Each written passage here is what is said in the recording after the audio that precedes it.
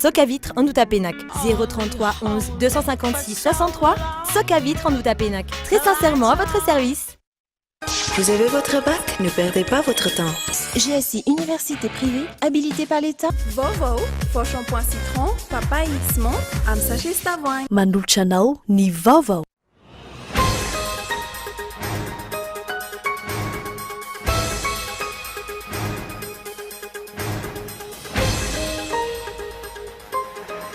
Nanasany filoham-pirenena teo aloha Marc Ravalomanana anatrika ny fotoam-pivavahana mandritra ny fahatsiarovana 7 febroary 2024 ny AV7 mankasitraka ny fitondrana ankehitriny ihany koa izy ireo noho ny fanampiana ara-bola omena azy ireo.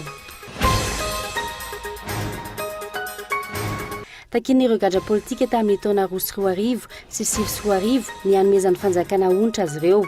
Nilaza ny soltenan'izy ireo androany fa misy 700 ny gadra politika. Ezakilan'izay anefa ny FFM izay anteran'izy ireo anao izany mbola sahirana amin'ny olana anatiny. Fananganana orinasa vaovao no vahaolana mba hisian'ny fampidirana mpiasa vaovao ho ny sandika Sekrima. Tsy ahafana mampiana ny tahany tsy anasa eto Madagasikara nefa izany ny fiverenan'ireo orinasa sivy ao anatin'ny tsenany Agoa ankehitriny. Ny farana an'io ny fehim-potoana tokony amoahana ny lisitra ireo orinasa fanampy ny afaka miditra amin'ny Agoa. Rivodozatredza mitondra fanampiana ho an'ireo trabona ho an'ny faritra avaran-drano ny fikambanana malagasy miarany aingy. Mbola itony ny fanampian'ny fikambanana azy ireo amin'ny faritra maro eto andrenivohitra sy ny manodidina. 720 no maty hatramin'ny alakamisy farany teo any Ukraine. Tsy mahomby ny fifampidiniana momba ny filaminana izay ataon'ny fitondrana Ukrainiana sy ny Rosiana any Minsk hatreto. Mihaino anatin'ny daraka bomba isan'andro mipona ny Donetsk sy Debaltseve ny andinindiny avy hatrany.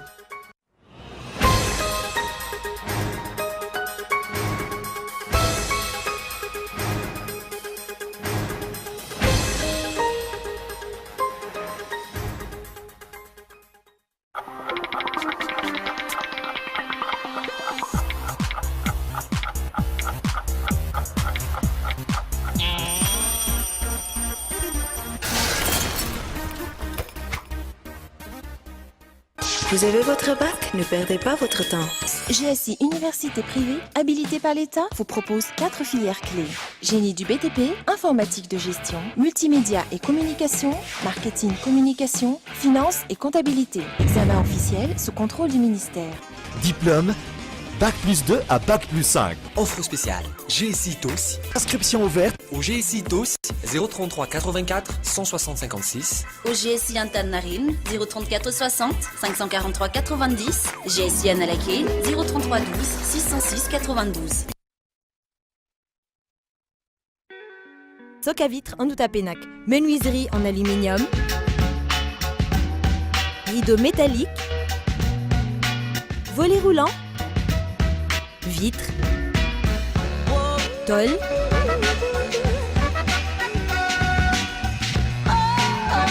Soc à vitre en Outapenac 020 22 682 28 033 11 256 63. Soc à vitre en Outapenac. Très sincèrement à votre service. Vao Coco Naturali Coco zato isanjato Vao Coco Tsy miparitaka Vao Coco Tsy mandoto sady mora hoentina Vao Coco Azo antoko Vao Coco Tsara kalitao Vao Coco Tsy matahotra orana Tsara Vao Coco Ok Ya Mora ampiasaina Vao Coco Vao Coco Tsara ho zao zato ariary. Toy ny fihenam-bidy eo amin'ny tranombarotra Baolay amin'ity taona vaovao ity. Maro ihany koa ireo entana azo atao fanomezana. Ampli de puissance, baffle, subwoofer 2.1, 5.1, lecteur DivX, TV LED Shangang, TV LED Hisense, panneau solaire 5 watts à 300 watts, réfrigérateur, synthétiseur, kojakoja maro ho an'ny vehivavy. Baolay miarabanao natratra ny taona 524. Baolay ny tsara indrindra trano.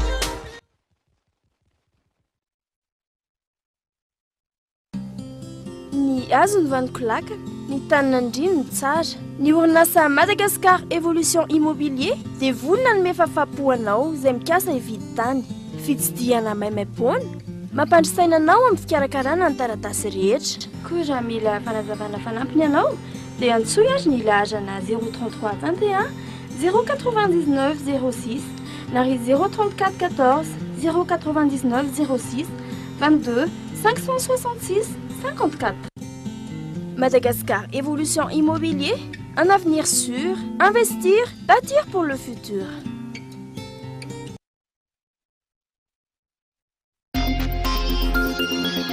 Une grande promotion pour tous les clients chez Lefmate pendant la fête de Noël et le Nouvel An. Des remises seront offertes pour les salons allant de 25% jusqu'à 50%. Meubles de bureau, 30% à 35%.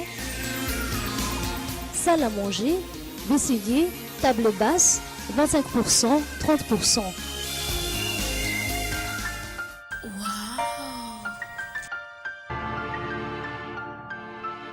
Lefmate, Anoussat.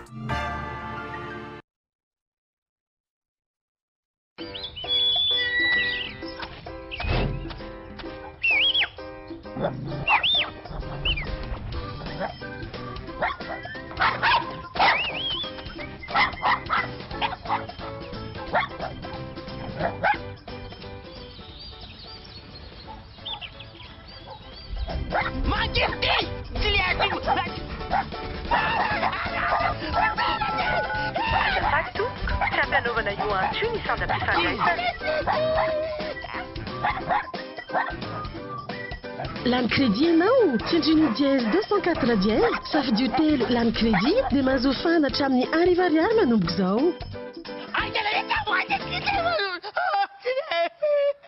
Miamanja ny miantso miaraka amin'ny Orange, miamanja ny tontolo miaraka amin'ny Orange. Et c'est parti, on va voir ce qu'on va voir. Oh mais regardez cette passe, ça va très vite, on se régale. On en prend vraiment plein les yeux. Oh le très beau geste. Et oui, et but! Si vous ne voulez pas vivre le foot à moitié, vivez 100% de la CAN Orange 2015 sur Canal+. Oui, 100% des matchs en direct et en intégralité pour vibrer encore plus fort.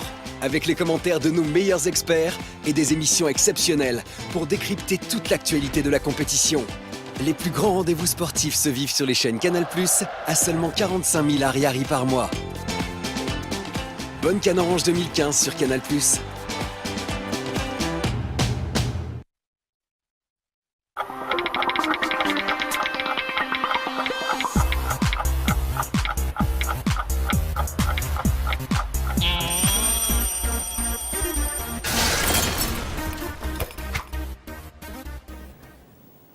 Ankasitrany ianao tony kilasy tonga vavy manjohy hatrany fahita lavitry ny KOLO TV miarabanao ary manasanao anaraka ny fambalam-baovao hatramin'ny faran'ny pejin'ny politika avy hatrany no isantarantsika ny fiarahana amin'ny tian'io ity manohana ny fitondrana era zonary mampiana ny AV7 na ny fikambanan'ireo niarambona tamin'ny 7 febroary 2024. Antony ny fanohanana arabola avy amin'ny fitondram-panjakana ankehitriny raha ny fanazavan'izy ireo nomen'izy ireo fanafisana ofisialy ihany koa ny filotaloha Marc Ravalomanina natrika ny fitaovam-pivavahana izay karakarain'izy ireo atsiarovana izay 7 febroary izay fanadidiny izy rakotindriny. Fanohanana arabola fepetra entin'ireo birao an'ny AV7 manamarina ny fanohanan'izy ireo ny filoham-pirenena izany ankehitriny. Efa niverina araka izany ny fanampiana roa hetsy ariary isam-bolana isan'olona ao an'ireo voatifitra sisa tsy maty sy ny kambotona velan'ireo namony ainy tamin'ny 7 febroary 2024 manga lanitra eo amin'ny fifandraisany rotonta. Manohana fanjakana izay raha izay fampihavanana izay nitondra fampandrosoana izay AV7 tsy manohatra ny fampihavanam-pirenena. Raha ilainy izay eto foana izay fa izay tsy manohatra fanjakana izy raha mba manome anay fanampiana mitohizany fanampiana dia izay indray ve hanao volo manoha randrana hanohatra fanjakana fa Etsakilan'izay tsy manana olana amin'ny filotaloha Marc Ravalomanina intsony ihany koa ny AV7 raha ny fanazavan'izy ireo mahatoky ny fitsarana izy ireo raha ny nambaran'ny birao mpitantanany fikambanana ary nanome fanasana ofisialy ny filotaloha Marc Ravalomanina miaraka amin'ireo filotelo hafa sy ny filoham-pirenena ankehitriny anatrika ny fitaovam-pivavahana izay karakarain'izy ireo amin'ny 7 febroary avy izao ho fahatsiarovana izany. Ravalomanina tsy midika foana ny didy izay miatra aminy didy tsika mitady fiovana. Ny président anankidimy ary izay ny mampiavaka an'ity daty ny fahatsiarovany tia fa dia asaina daholy ny filoham-panjakana 5 izay manjay anjara amin'ny fampihavana pirenena amin'izao fotoana izao. Raha tsy ivy ny voasazy asan-terivozina mandra-pahafaty ny filoha teo aloha Marika Ravalomanana no ny raharaha 7 febroary ny mpiambina lapa teo ambany Bakiony no voalaza fa nitifitra tamin'izany fotoana izany ka nahatonga ny fijoroany ny fikambanana AV7 taty aoriana. Namelan'ny filoha teo aloha Ravalomanana Marika ve ny AV7 ka nahatonga izao fanasan'izao tsy eny Antaninarenina nanaovana fotoam-pivavahana fa ao Mahamasina ary eo Antaninarenina ny fehezam-boninkazo no aterina. Misavorita tanteraka ny ao anivon'ny FFM amin'izao fotoana izao etsy andaniny milaza ny ampiakatra ny raharaha ireo filoha lefitra naongana etsy ankilany kosa ny fanendrena filoha lefitra vaovao mandeha ihany koa ny resaka fanonganana ny filohan'ny FFM amin'izao fotoana izao ireo mitona ao gadra politika tamin'ny taona 2024 sy 2025 kosa mitaky onitra amin'ny fanjakana ary mitaky ny jeren'ny FFM aingana dia aingana ny momba azy ireo fanadihadiana. Mitaky fampiarana ny 1920 sy ny 1720 amin'ny tondrozotra ireo gadra politika nandritry ny krizy 2024 sy 2025. Mangataka fanonirana amin'ny mpitondra fanjakana izy ireo. Manoatra ihany koa fa ny FFM no mandray an-tanana na manao ny modalité rehetra momba izany.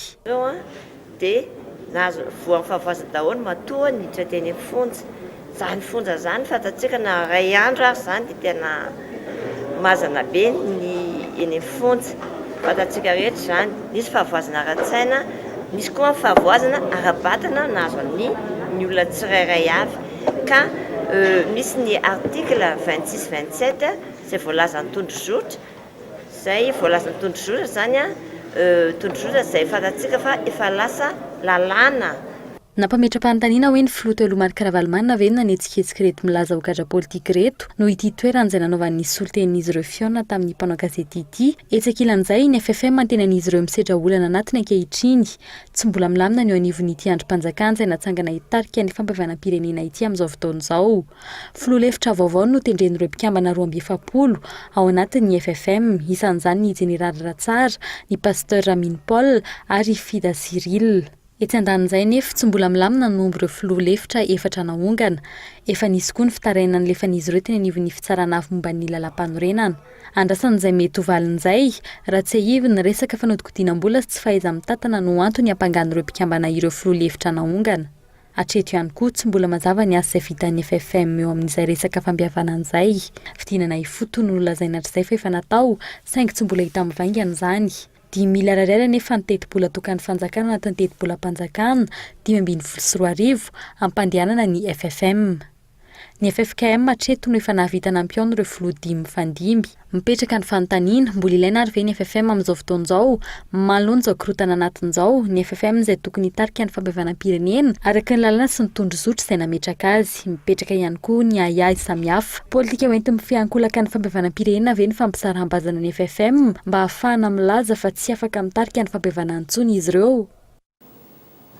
Vaovao mikasika ny fifidianana androany no mikatona ny fanoratana sy fanamarinana anarana amin'ny lisy fifidianana ny anivony ireo vokotany alatsinain'izao no tonga ny anivony senita ny taremarika farany amin'ny fiovanan'isy tamin'io lisitra io mahalonjana nefa mbola maro ny tsy mahalala akory ny fisin'izay fanavaozana eo amin'ny lisy fifidianan'izay eny anivon'ny vokotany ho an'ny vokotany ray nitsidinay eo ambodin'ny sotry isan'ny bepona indrindra eto Andrenivohitra ahitana fianakaviana 700 tafo zarara nisy 100 ny olom-pirenena afaka mifidy no nanara-masiny anarany tao anatin'izay lisy mpifidianana izay 730 ny mpifidy ny mpifidy efa voasoratra anarana ka ny ampy iraika mifidy-bola izany fanadihadiana. Aino fenosika ny fifidianana tao manaraka izao no ny lesika eo amin'ny lisy mpifidianana. Ho an'ny vokotany eto Andrenivohitra mbola ny 100 ny olom-pirenena amin'ny vokotany isan'ny benimponina indrindra no tonga nanamarina ny anarany. Anao ahoana ny amin'ny toerana ambanivohitra izay lavitra biraopokotany sy tsy hainoana fampahafantarana. Ny alatsinain'izao no manomboka ho tonga ny anivon'ny senita ny lisitra navaozina isaky ny vokotany manerana ny Madagasikara. Ny senita no manao ny fanaraha-maso faran'ny lisitra teo aloha sy ny lisitra voaray farany ary mamoaka ny lisitra ofisialy. Manala ny anaran'ny maty sy mampiditra izay tokony ho tafiditra ao amin'ny lisitra no andraikitry ny vokotany. Teo aloha da 8 sy 800 sy 3,000 ny isan'ny mpifidy voasoratra anarana teo aloha ary ny vaovao a vao tonga ny soratra dia 170. Ny fanovana natao tamin'ny lista taloha dia vonoina ny mifindra monina sy ny mata. Etsakilany maro amin'ny pona no tsy mahalala akory ny fisian'izao fanavaozana lisitra izao. Ahina arak'izany ny tsy hafendray ny listim-pifidianana vaovao. Lesoka teo amin'ny fisian'ny anarana miverimberina amin'ny biraboky tany maro no isan'ny songadina tamin'ny listim-pifidianana tany aloha. Ny fanamarinana ny anarana amin'ny biraboky tany adidina ihany no azon'ny voky tany atao. Misy listim-pifidianana mandeha raha takan'andro dia tsy mare fa zay sasany raha izaho manokana aloha Paranareno dia mety nakany ihany. Nanarea dia mety nakany ihany fa izaho manokana aloha dia tsy narea tena tsy narea. Tsy nahaino an'ilay fiovan'ilay listim-pifidianana. Tsisy mihitsy. Hatreto tsy mbola misy ny tarehimarika ofisialy amin'ny listim-pifidianana navaozana tamin'ny taona 2014. Mipetraka ihany ny ayay amin'ny fifidianana ho karakaraina manarak'izao. Mbola maro ny olon-tsotra tsy nahafantatra ny fisian'ny fanavaozana listim-pifidianana ary mbola miandry ihany koa ny fahalona ny filohan'ny senita.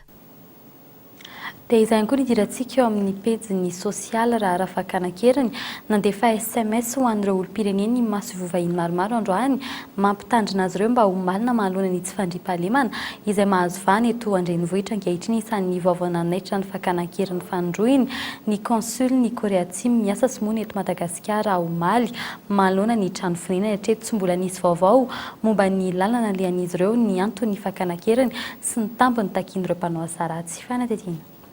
Tsy nisy nanome fanampanazavana na vaovao ny mpitandro filaminana androany. Tsy fantatra hatreto hoe ahoana ny hafaran'ny consul any Korea Atsimo Razali Kulam izay nisy nakan-keriny ho maly alina tamin'ny valora sasany teo anoloan'ny trano fonenany eny Ivandry.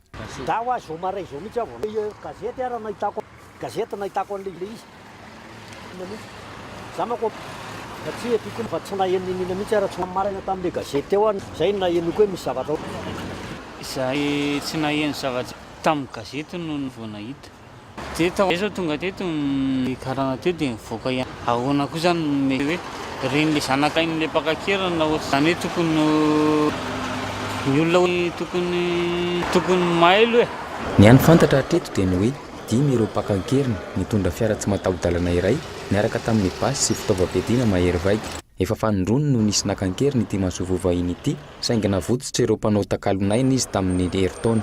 Raha ny loharanom-baovao azo efa niandry teto amin'ity vavahady ity ireo mpakan-keriny ireo. Avy hatrany dia nodidin'izy ireo ny fiara nitondra azy raha vao nanokatra ilay vavahady ny mpiambina. Avy hatrany dia nopatain'izy ireo tao anaty fiara Renault l'espace iray nijanona tery ampita. Tsy nisy pobasina iray aza nandritra ny fanafihana. Ilay consul nalaina keriny ihany koa tsy afananoatra fa vao ambana tamin'ny basy. 10 minitra taorian'ny zavanitranga vao tonga ny polisy saingy tsy natratra na inona na inona. Nateo aza ny Antoatarby ny fanaovan'ireo mpitandro filaminana teny amin'ny boribory-tany fahadimy Analamahitsy sy ny force d'intervention tsy nahitambokana izany. Hatreto tsy mbola nandrenesana vaovao ny momba azy na ny lalana nalehan'izy ireo.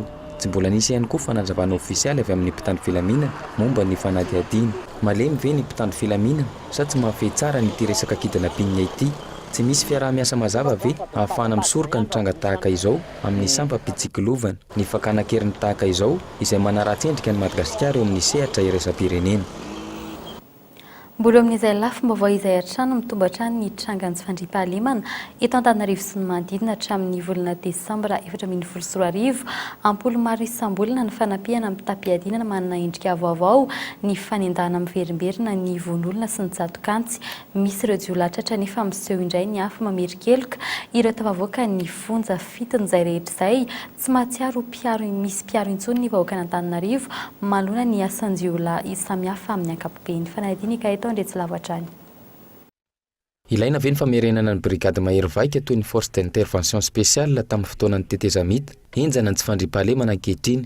Tsy mandingana andro iray ny filazana vonoan'olona feno ampibiana ankoatra ireo asan-jiolahy izay efa zary mahazatra ny mponina ary lasa fototra mora andafosana gazety ankehitriny. Ohatra vitsy tato anatin'ny 3 andro farany Ambohibao jiolahy misy 7 namono tambolana ny fiangonana. Ambodiny Sotry alakamisy 7 Janoary teratany vahiny iray no voavely vodibasy sady very vola 900 euro. Ankady fotsy alakamisy 7 ny volana Janoary vehivavy iray very vola 3.4 tapitrisa ariary tao anaty taksi. Ankorondrano alakamisy 7 ny volana Janoary vola iray boritra no robainy jiolahy roa nitondra skotera nitondra basy. Moramanga alarobia 20 janoary Andry Rakotovao Panefoefo kandida solomavombahoaka avaradrano nisy namono. Manampy an'ireo ny kidina pinina sy ny vakifasana ny vakitrano samihafa izay malaza ankehitriny. Mitaintaina ny mponina, tsy misy fandriampahalemana intsony hoy ny mpanara-baovao. Andeha tonga dia lavitra hoe mody elingelena zany ianao dia ato ry efa misy dia ato misakana ato. Dia zavatra efa manarina amin'ilay interneteur ato izy tonga dia tsiplery dia eny tsy mankopy dia varianao voatsapanao. Tsatsa. Anasa ny olona dia izay mahatonga an'ilay olona manentana satria tsy misy ilay faheferahan'ny miasa. Ny asa atao tsy misy dia tonga manentaka daholo ny olona ilay kizikizilahy kely ireny vao mitsontsy ireny manentaka daholo satria tsy asa ao ataony. Matetika angamba mpitondra mety tsy mahita an'ilay fiainam-bahoaka ety fotony fa raha tena mijery fotony ka mba midina fotony dia mety matsampy amin'ny fahavoazan'ny vahoaka. Fa na le tatitra mety alefany amin'ny mpitondra na le zavatra mety voalaza any anatria amin'ny mpitondra zany mety tsy zava-misy marina ety fotony. Amin'ny ankapobeny, ireo karaza-keloka tsotra sy azo ambara fa madinika no afantarana fa idiran'ny asan-jiolahy any am-ponja.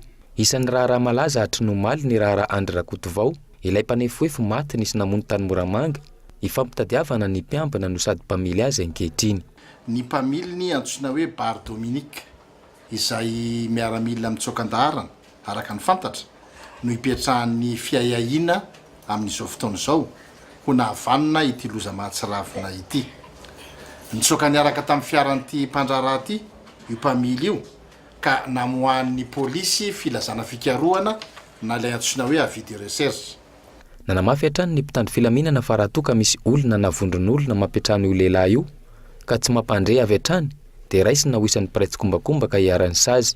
Fanontaniana maro no apetraky ny mpanara-baovao, sao dia mila verina ireo hery-mahery vaika midina ifotony, sao dia tokony atao lara-pamehana ihany koa ny fampitomboana isa ny fampitaovana ny mpitandro filaminana i Madagasikara izay malaza fa isan'ny manana be galona maro indrindra aty Afrika.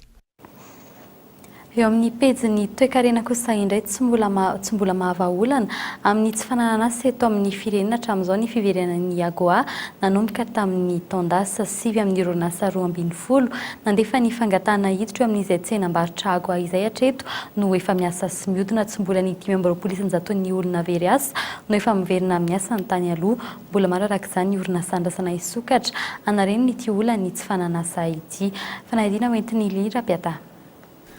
Orinasa 7 mampiasa olona manodidina ny arivo tsirairay avy, ireo hatreto no orinasa mihodina amin'ny tsenam-barotra ny AGOA. Tsy mbola hita taratra ho an'ny olon-tsotra very asa nandritra izay fotoana ny katonan'ny orinasa fakabo eto amintsika izay ny fiverenan'ny Madagasikara mandray anjara amin'ny tsenan'ny AGOA. Tsy mbola misy ny fampidirana mpiasa, mbola zara raha 100 ny olona very asa manirana ny nosy no misehatra amin'ireo asa ireo ankehitriny. Zay mbola tsy naheno hoe efa nisy fampidirana mpiasa zany aloha hatramin'izao. Raha fantatra fotsiny izao dia hoe efa hiverina ny zone dia rehefa lazain'ny fantsakana reny dia hoe fampidirana aloha ny recrutement zany mbola tsy naheno zay. Zany atoko miverina ny AGOA mba iasan'ilay vahoaka madinika. Zao be da be ny trabona, ilay sakafo nefa amin'ny trabona tsy maharaka azonareo. Fanokafana orinasa vaovao afaky ny andray ireo olona anetsy ny very asa no tokony atao ampiana ny tany tsy fananana asa. Tanjona napetraka ny anatrarana ny famoronana asa satria amin'ny roetsy. Manodidina ny 220 ny tany fitadiavana asa nandritra ny taona 2024 raha ny tatitra navoaka ny Instat ny piasa tamin'ny orinasa fakaba no mameno ny ampahany betsaka amin'ireo raha ny zava-misy ankehitriny mihisatra ny fiverenan'ireo mpampiasa vola eto Madagasikara na dia ireo orinasa tavaverina ao anatin'ny AGOA aza tsy mbola manampy ny piasa raisin'izy ireo. Tamin'ny 7 janoary farany teo nampatsiahivo ny mahasoivon'ny fanjakana Maroc fa ny firenena ahina isian'ny korotana politika Madagascar amin'ny taona ity. Pour 2015, Madagascar figure dans la zone, je cite, à risque politique élevé. Le classement en question est d'une importance fondamentale, car les investisseurs potentiels l'étudient et l'analysent très soigneusement avant de décider d'investir ou non dans tel ou tel pays. Nampatsiahivo ny mahasoivon'ny fanjakana Maroc fa firenena ahina isian'ny korotana politika Madagasikara amin'ity taona ity. Tsy mbola maharesy lahatra ny mpampiasa vola araka izany ezaka vita eo amin'ny fampandrinan'ny fahalemana sy ny fiarovana ny fampiasam-bolan'izy ireo.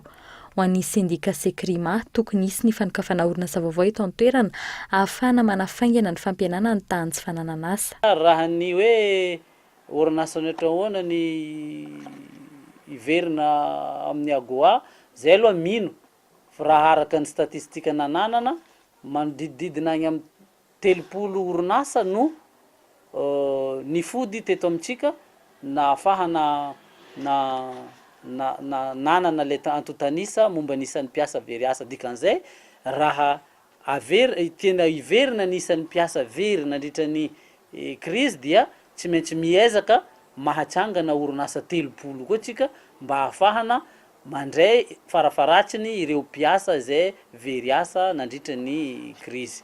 Raha ny zava-misy tsy ny folo isan-jaton'ireo orinasa ny asa tany aloha no mbola marisika ny verina iasa eto Madagasikara. Anao ahoana ny fanatrarana ny tanjona napetraky ny fitondram-panjakana amin'ny fampananana asa raha toa ka ny sehatra tsy miankina no isan'ny mampiasa ny ampahany betsaka amin'ny olona eto amin'ny firenena.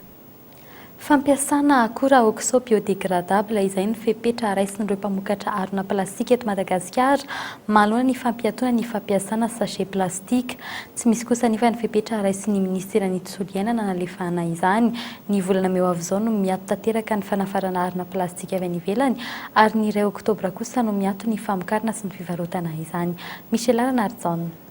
Hatreto, lavitresaka ny fialana amin'ny fampiasana ny akora sachet amin'ny andavanandro ny mponina, na dia eo aza ny didim-pitondrana dekret laharana faha 7/26 tamin'ny 7 oktobra 2022 izay mamarana ny fampiasana ny sachet amin'ny tsy taona 2022 ity. Raha toa ka ohatra faingo 400 ny tahan'ny arona plastika ny amin'ny fako 5 taona lasa izay, mahatratra 500 isan-jato izany amin'izao. Ny volana oktobra 2022 lasa teo no nivoaka tao anatin'ny kevitry ny gouvernemanta ny fandrarana ny fampiasana ny arona plastika, fahasimba ny tontolo iainana sy ny fitonjovana ny fahasalamana no antony izany raha ny fanazavana azo. Izy io zany dia tena efa masika be mihitsy le fako plastika eto amin'ny firenena. Isan'izany eo mahatonga aretina sy mahatonga le fahatsetsehana tatatra. Etsy andaniny koa le sachet plastika zany anaovan'olona fampirehetan'afo. Rehefa tonga ny andra-lanitra koa izy doran'ny olona anafanan'ny tenany. Dia iny zany mahatonga aretina be amin'ny tratra sy amin'ny fahasalamana amin'ny akapobeany satria iny entona plastika iny dia cancérigène tokoa. Tika tsy manana an'ilay infrastructure de recyclage dia hoe aleo mihitsy aloha foanana satria ny solution de remplacement be dia be. Tika manana ny arona vita gasy, misy koa ny taratasy, misy ny gazety izay biodégradable. Tafiditra ao anatin'ireo antsoina hoe déchets dangereux araka izany ny sachet plastika. Fampiasa isan'andro anefa izy ireny raha eto Madagasikara manokana no resahina. 3 volana aty aoriana tsy misy ny fampahafantarana na fepetra manokana raisin'ny ministera hampahafantarana izany sy entina mampiatra izany. Etsy ankilany fa tsy antoka tanteraka ny andraisan'ireo mpamokatra arona plastika eto an-toerana izao fanapa-kevitra izao. Izy ireo izay efa nitady vahaolana hiatrehana izany. Voarainay tokoa le hoe tsy maintsy foanana ny sachet plastika eto Madagasikara. Manoloana izay rehetrarehetra nefa ny orinasa mpamokatra dia mamelona olona ihany koa etsy andany izay tsy azo diana tsy hita mihitsy izay rehetrarehetra izay. Eo amin'ny lafiny ara-ekonomika moa zany dia hita hoe anahirana io. Fa amin'izao zany izay efa mandray mesure hoe hampiasa zany izay le produit an'ilay oxo biodégradable. Izany hoe rehefa misy an'io zany raha isan-jato eo ny matière première izay ampiasainay dia mety levina zany le sachet rehefa daniny masoandro na ny action ny ana rehetrarehetra ny hafanana, ny orana, lasa azo le vonona zany le sachet amin'izay fotoana izay. Fa tsy arak'izay efa nisy hatramin'izay le hoe 100 taona tsy leva. Amin'ny ankapobeny arona plastika 530 kilao isan'andro no vokarin'ny orinasa mpamokatra arona plastika iray ary 4 no isan'ireo orinasa mpamokatra arona plastika na sachet ireo eto Madagasikara. Izany hoe raha mitovy ny famokarana dia sachet 12 taona isan'andro no vokarina eto nefa 400 taona voalevina ny sachet plastika iray. Avy any Chine kosa ny 20 isan-jato ireo arona plastika afaran'ny Madagasikara. Ny voalohan'ny volana Mei ho avy izao no miato tanteraka ny fanafarana arona plastika avy any ivelany ary ny voalohan'ny volana Oktobra kosa no miato ny famokarana sy ny fivarotana izany. Vaovao amin'ny tontolo ny fampianarana mba raha tonga ambony tokony indray ve zany ny CSS mitaky ny hanomezana tampoka amin'ny mpampianatra apikaroka misotro ronono ny syndicat-ny mpampianatra apikaroka izy ireo izay efa hatramin'ny ela nanao fitakiana mikasika ny fampiakarana ny tampokaramany mpampianatra apikaroka saingy tsy mbola nahazo rariny hatreto ankoatr'izay omeny ny CSS rariny ihany koa ny fitokonana nataon'ireo mpianatra eny Ankatso manerana ny manerana ny nosy momba ny fangatana nataon'izy ireo fitakiana toy ny fitakiana rehetra nefa ary tafiditra ao anatin'ny zon'izy ireo raha ny fanazavana nomen'ny filohan'ny CSS fanampanazavana. Ny mpampianatra apikaroka misotro ronono dia tokony omena tampokarama ihany koa satria ilaina amin'ny fanaovana fikarohana. Faux problème misy any amin'ny université. Ka reny korotany reny zany, reny fampiantonany fampianarany reny korotany reny amin'ny akapobeany reny dia fitakiana ny zo fototra fotsiny.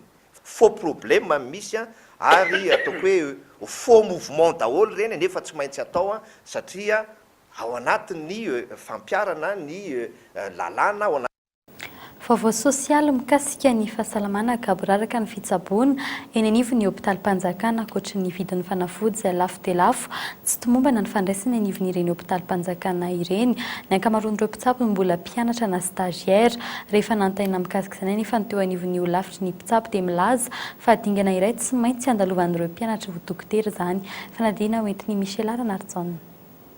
Inona ny zava-mitranga eny anivon'ireny hôpitalim-panjakana ireny nilaza ny minisitra ny fahasalamana vaovao fa ao anatin'ny 100 andro izany hoe ao anatin'ny 3 volana dia hisy ny fiovana goavana eny anivon'ireny hôpitalim-panjakana ireny ireo mpanjifa izay tsy manan-tsafidy ny ankamaroany ary mitaraina amin'ny zava-mitranga. Le vidim-panafody ny enjakenjana raha tapa-bolana izao ny taty efa nalany valy tsy ray tapitrisa. Raha olona miditra eo amin'ny valy maraina amin'ny 6 sasany voaray amin'ny vao miditra fa eo amin'izay le fanafody etsy an-daniny le ny olona be dia be satria hoe mandray marary ny hoe simba ny ary amin'ny asera dia adoro mibosesika izy ny le trano tery dia tery mahazo miditra eo nareo dia jereo fa tery dia tery le izay miantoka ny rehetrarehetra na hatramin'ny asparadrap na alcool na serangy ohatra ny mpitsabo ny stagiaire aloha hitako tamin'ilay batsy teo 6e année mandray an'ilay zanako. Arak'izany ireto amin'ny ankabeny ny olana sedrain'ireo marary tonga eny amin'ireny hôpitalim-panjakana ireny lafo ny fanafody tsy zarizary ny fandraisana ary indrindrindrindra mpianatra ho mpitsabo no ankamaroan'ireo mpandray marary raha nanontaniana mikasika izany anefa ny teo anivony ny ho lavitra ny mpitsabo dia milaza izy ireo fa dingana tsy maintsy andalovan'ny mpianatra ho mpitsabo ny fitsaboana eny anivon'ireny hôpitaly lehibe ireny. Alohan'ny atongavana dokotera dia tsy maintsy mandalo amin'izay lalina izay hoe mandalo mpianatra no ho lasa dokotera ary rehefa tonga amin'ny fotoana anankiray zany rehefa amin'ny 3e année manko dia efa manomboka makany amin'ny hôpitaly amin'izay ny mpianatra ho dokotera fa reny mpianatra ho dokotera reny dia eo ambany fiahiny le tompony andraikitra n'le sapan-draharaha mandray anazy izany hoe izay zavatra ataony zany mandritry ny fianarana iny zany mandritry ny stage ataony iny dia eo ambany fiahiny le tompony andraikitra amin'ilay sapan-draharaha iasany zany. 3 volana io ny fetra nomen'ny ministra vaovao hanarenana ny tontolon'ny fahasalamana eto Madagasikara. Inona ny ova? Idina ve ny vidim-panafody? Azo fiofanana manokana ve ireo mpitsabo voalaza fa tsy mahay mandray marary? Iverina maimampona ve ny fitsaboana eny anivon'ireny hôpitalim-panjakana ireny? Fanontaniana iandrasam-baliny avokoa izany. Mbola amin'izay pejiny sosialy izay hatrany hatreto miisa 270 ireo traboana ny amin'ny faritra Avaradrano raha ny tatitra fiarany farany avy eo anivon'ny BNGRC tonga anjara fanomezana ho an'ireo traboana maherin'ny zato teny Sabotsynamena faritra Avaradrano ny fikambanana malagasy miaramiainga tsy hijanona hatreto ny fanampian'ny fikambanana MMM ireo traboana faritra maromaro eto an-drenivohitra no azony anjarany ihany koa fanadina hoentin'ny Michel Arnartson.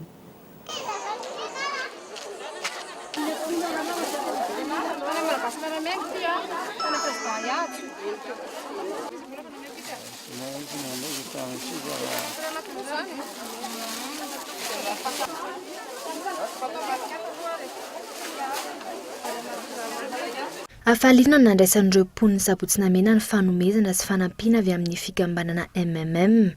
Faly izay amin'izao fanomezana izao fa tsy nanary anay zany ny anina reto vondrona dia misaotra ny anina izay malagasy miara-miainga dia misaotra ny tompoko ampamerina zany hoe ega le mba hitoy foana any hoe fitsimbinnana ny olona trabonatra zao satria ny faritra ambany zao ivadiva iny tena be dia be mihitsy ny rano fa samba zao nareo no mbola tsy ary ny trabonina reo.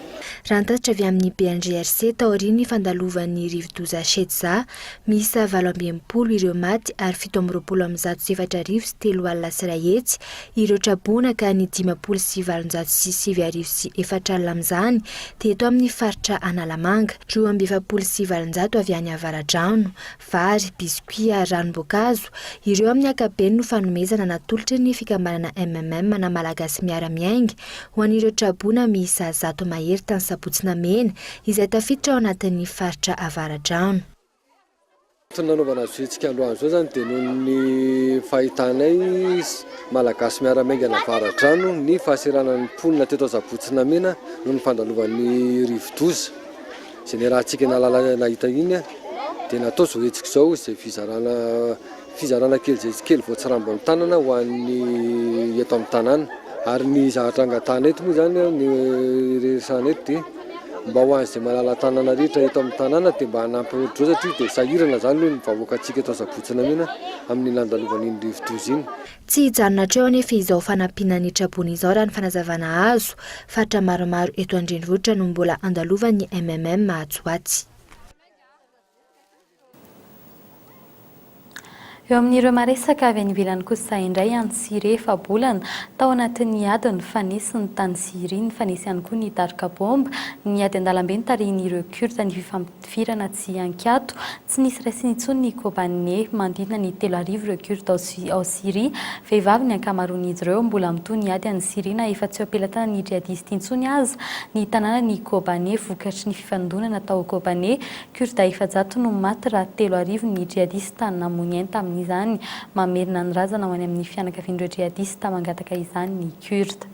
Fa mbola amin'izay maresaka avy any ivelan'izay hatrany mitoa ny ady any atsinanan'ny Ukraine 420 no maty hatramin'ny alakamisy farany teo mbola manambana ny anitatra ny toerana izay ambany fifehezan'izy ireo separatista pomban'ny Rosianina raha toa ka tsy mahomby ny fifampitoninana momba ny filaminana izay ataon'ny fitondrana Ukrainiana sy ny Rosianina izay nahembitra androany raha toa ka omaly no tokony hanaovana izany. Fanampanazavana eo amin'ny sarin'ny France 24. Ao anatin'ny ady sy ny trano maro mirehatra, maro ireo sivily no tsy afa-mihetsika. Ao Donetsk, namono sivily maro ny daroka bomba. Maro amin'izy ireo no ankizy, fa eo ihany koa ireo be antitra. Ary ny ankamaroan'ireo tsy niarany fanafiana, sisa tsy maty dia mila famonjena maika avokoa. Olona misotro ronono izahay hoy ireo mpivady ireo, ary hitady fanampiana no nahatongavan'izy ireo tety Donetsk nefa voan'ny daroka bomba izao. Ao Debaltseve, atsinan'ny Donetsk, mitoa andro manala ny daroka bomba. Stratejika ity tanàna ity izay mbola eo ambany fifehezan'ny Kiev. Efa voadidin'ireo pioko kosa ity tanàna ity ankehitriny izay mampitohy an'i Donetsk sy Luhansk. Efa herinandro izao tsy misy jiro, sakafo sy gazy intsony ho an'ny mponina. Manimba ny trano fonenana ny daroka bomba isan'andro ny mponina nefa tsy afa-mandeha izy ireo satria eto no misy ny toeram-piasany sy ny asa ataony. Saika iombona ny tanàna maro anetsanan'ny Ukraine izany ankehitriny. Tsy tany Europeana izay naovana ny filoha Rosiana Vladimir Poutine ankehitriny no ity raha ity izay mitombatra ny herin'ireo pomban'ny Rosia. Iverina eto toerany kosa sika eto anatin'ireto vaovao nisongadina ireto nanasan'ny filoham-pirenena teo aloha Marc Ravalomanana natrika ny fitaom-pivavahana fahatsiarovana ny 7 febroary 2024 ny fikambanana V7 fatakian'ireo gadra politika tamin'ny taona 2024 sy 2024 ny hanomezan'ny fanjakana onitra ho azy ireo nampitandrina ny olom-pireneny tamin'ny alalan'ny SMS kosa ireo maso ivovahiny eto Madagasikara androany fa tokony mailo amin'ny tsy fandriampahalemana miamahazo vahana eto andrenivohitra amin'izao fotoana izao ary farana mitaky ny hanomezana tambo-karama ireo mpampianatra pikaroka misotro ronono ny sendika ny mpampianatra pikaroka dia izany koa no entina manakatra ny fampalaam-baovao tamin'ny tianio ity saorina manokana ireo mpanaraka izany amin'ny alalan'ny fahitalavitra DSTV any Antsiranana sy ny fahitalavitra FMA ny amin'ny faritany Toamasina metraka ny veloma ho amin'ny rahampitso tahaka izao indray veloma tompoko.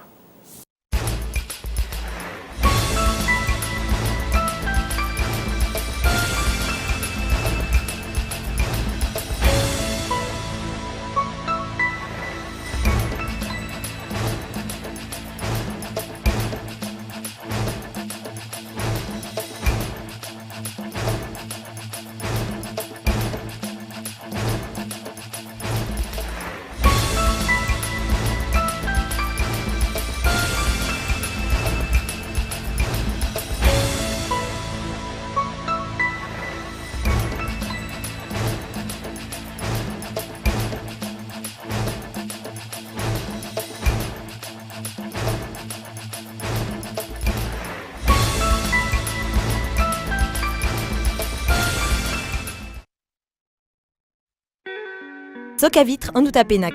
033 11 256 63. Soc à vitre en Outapenac. Très sincèrement à votre service.